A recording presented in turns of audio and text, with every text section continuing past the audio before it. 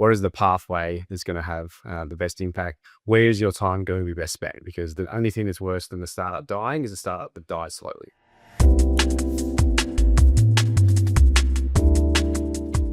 So one of the more interesting days we had at KC Ventures was towards the end of last year, where before midday, I had 3 separate phone calls of founders who were all looking at winding up their businesses.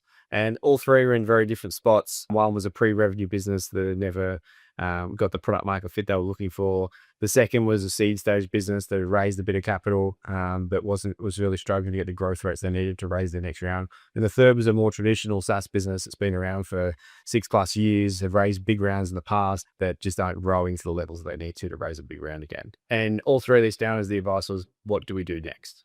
I think this is something that is not spoken about enough in startups around what happens when you get to these positions where all of a sudden that next funding round becomes far less clear. And I think there's a lot of startups in this position today where they're existing, they're not failing spectacularly, but they've got to be realistic with themselves around where do we see this business heading and how do we ensure it gets there. At KC Ventures, one of the things that we do with startups at this point is sitting down with stakeholders and trying to figure out what is the pathway that's going to have the best impact, not just for your investors, but also the founders themselves around where is your time going to be best spent? Because the only thing that's worse than the startup dying is a startup that dies slowly. And of these 3 companies that we're speaking to, a lot of the advice we were giving was about the founders and their personal circumstances and how do they get an outcome that's going to be right for them. And I think this is something that we talked about a lot more in startups, because at the end of the day, there are more people going through that experience than these big venture rounds that you see on the AFR and other places.